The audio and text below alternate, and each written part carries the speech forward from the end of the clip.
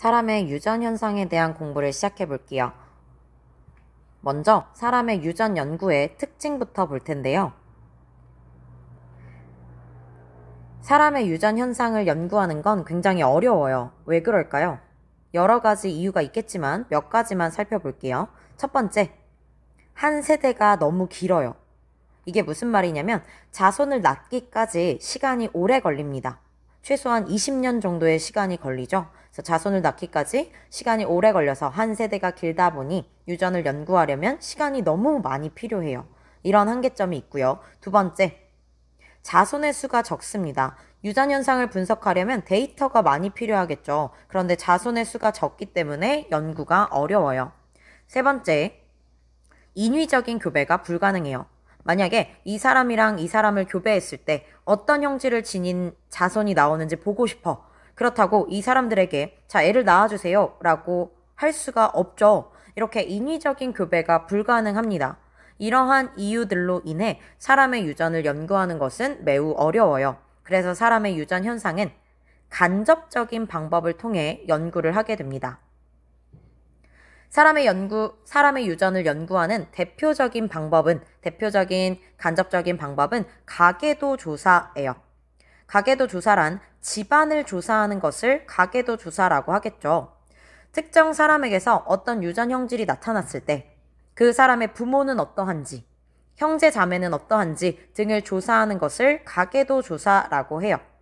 가계도를 조사하게 되면 어떤 형질이 우성 형질이고 또 어떤 형질이 열성 형질인지를 알 수 있어요. 그것 말고도 유전자가 누구에게서 누구로 전달돼서 이 사람이 유전 형질이 나타났는지 이런 것들도 알아낼 수 있습니다.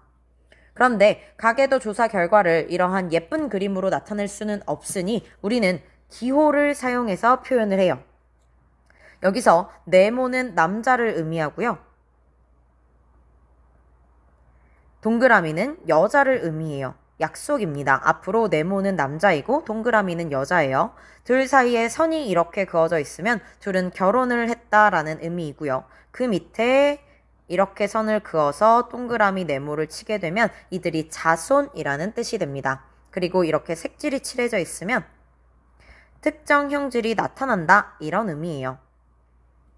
자, 그럼 지금부터 여러 가지 가계도를 해석해 볼 텐데요. 그 전에 사람의 유전 형질에 대한 전체적인 개념도를 그려본 후에 가계도 분석으로 들어가 볼게요.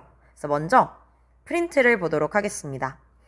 어디다가 정리를 시작할 거냐면 이 가운데 부분 있죠. 사람의 유전 형질의 특성, 이 부분에다가 사람의 유전 형질에 대한 개념도를 한번 그려볼게요. 사람의 유전은요, 크게 두 가지로 구분할 수 있어요. 어떻게 두 가지로 구분할 수 있냐? 한 가지 형질을 결정하는데 몇 쌍의 대립 유전자가 영향을 미치냐에 따라 한 쌍의 대립 유전자가 한 가지 형질을 결정하게 되면 단일인자 유전이라고 하고요. 한 쌍의 대립 유전자에 의해서 한 가지 형질이 결정되게 되면 단일인자 유전이라고 하고요. 여러 쌍의 대립 유전자가 한 가지 형질을 결정하게 되면 다인자 유전이라고 합니다. 한 쌍이 한 가지 형질을 결정하면 단일인자, 여러 쌍이 한 가지 형질을 결정하면 다인자 유전. 한 쌍의 대립 유전자에 의해 결정이 된다는 뜻은요. 두 개의 유전자에 의해서 유전 형질이 결정된다는 뜻이죠. 이때 두 개란 아버지로부터 받은 유전자 하나랑 어머니로부터 받은 유전자 하나에 의해서, 즉 이렇게 두 개에 의해서 결정된다라는 뜻이에요. 이때 이 한 쌍의 대립 유전자는 상염색체 위에 존재할 수도 있고요. 유전자가 성염색체 위에 존재할 수도 있습니다. 한 쌍의 유전자가 상염색체 위에 존재할 수도 있고 성염색체 위에 존재할 수도 있어요. 만약에 상염색체의 유전자가 있다면 남자와 여자에게서 나타나는 발현 빈도에는 차이가 없겠죠. 다르게 얘기하면 남자라고 더 많이 발현되거나 여자라고 더 많이 발현되거나 뭐 이런 게 없다는 뜻이에요. 왜냐하면 상염색체는 남자, 여자가 공통으로 가지고 있는 염색체이기 때문에 발현의 차이가 없겠죠. 반면에 유전자가 성염색체에 있을 경우에는요, 남녀 발현의 차이가 생기게 됩니다. 왜냐하면 성염색체는 남자, 여자가 다르게 갖고 있기 때문이죠. 이때 성염색체 위에 유전자가 있을 때는 X염색체 위에 있을 수도 있고요. Y염색체 위에 있을 수도 있어요. X염색체 위에 유전자가 있는 경우를 반성유전이라고 하고요. Y염색체 위에 유전자가 있을 경우에는 한성유전이라고 합니다. 그런데 여기 나와 있는 반성유전과 한성유전이라는 단어는 몰라도 돼요. 기억하지 않아도 됩니다. 자, 한 가지만 더 얘기해 볼게요. 만약에 유전자가 Y염색체 위에 있다면 누구에게만 형질이 나타날까요? Y염색체를 가지는 건 남자밖에 없기 때문에 남자에게만 형질이 나타나겠죠. 그럼 이제 각각의 유전에 해당하는 형질의 예시들을 알아볼게요. 먼저 상염색체에 존재하는 한 쌍의 대립유전자에 의해 결정되는 형질들을 보겠습니다. 첫 번째, 이마선 모양이 있어요. 이마선 모양은 왼쪽에 있는 것처럼 M자형인 경우가 있고요. 오른쪽에 있는 것처럼 일자형인 경우가 있어요. 이 이마선 모양은 상염색체에 존재하는 한 쌍의 대립유전자에 의해 결정되게 됩니다. 또 다른 형질은 뭐가 있냐? 보조개의 유무 또한 상염색체에 존재하는 한 쌍의 대립유전자에 의해 결정이 되게 되고요. 귓불 모양, 즉 귓불이 이렇게 분리형이냐 아니면 부착형이냐, 이것도 상염색체에 존재하는 한 쌍의 대립유전자에 의해 결정되게 돼요. 엄지손가락의 젖혀짐, 어떤 사람은 이렇게 엄지가 뒤로 꺾이고요. 또 어떤 사람은 이렇게 꺾이지 않아요. 이 형질 또한 상염색체에 존재하는 한 쌍의 대립유전자에 의해 결정되게 됩니다. 우리 프린트에 한번 써볼까요?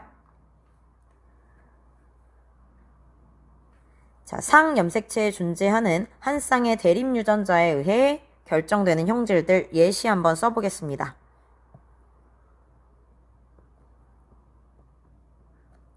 이마선 모양 있었고요.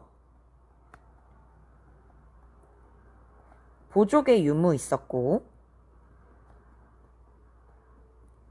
귓불 모양 있었고요. 엄지손가락에 젖혀짐 있었죠.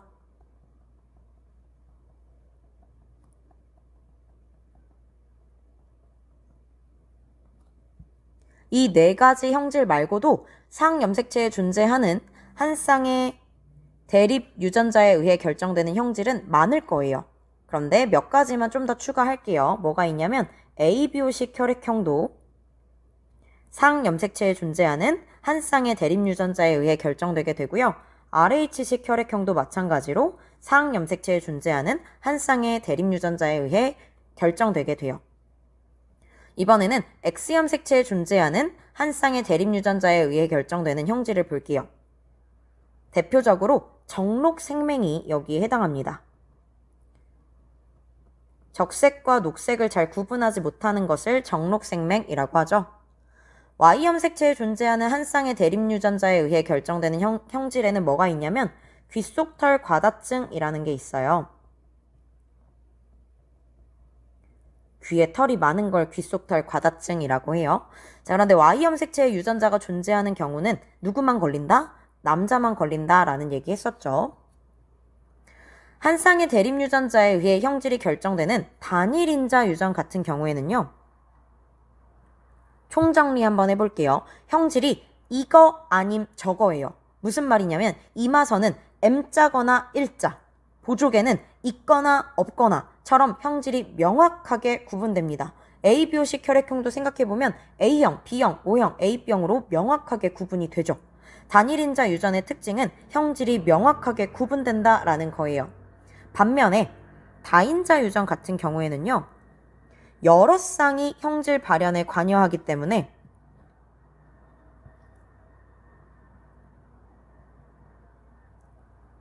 형질 분포가 이거 아님 저거로 나오는 게 아니라 연속적인 분포 양상을 나타내게 돼요. 다인자 유전의 대표적인 예로는 뭐가 있냐면 키나 몸무게, 피부색 유전 등이 있습니다. 그럼 우리는 지금부터 상염색체 단일 인자 유전에 해당하는 이마선 모양과 귓불 모양, 그리고 ABO식 혈액형의 가계도를 분석해 볼 거고요. X염색체 단일 인자 유전에 해당하는 정록생맹 가계도 분석해 볼 거예요. 그리고 다인자 유전에 해당하는 피부색 유전의 원리를 공부해 보도록 하겠습니다. 먼저 프린트 빈칸 채우고 갈게요. 17페이지 볼게요. 위에부터 보겠습니다. 사람의 유전 연구가 어려운 이유. 한 세대가 길고 자손의 수가 적고 인위적인 교배가 어렵죠.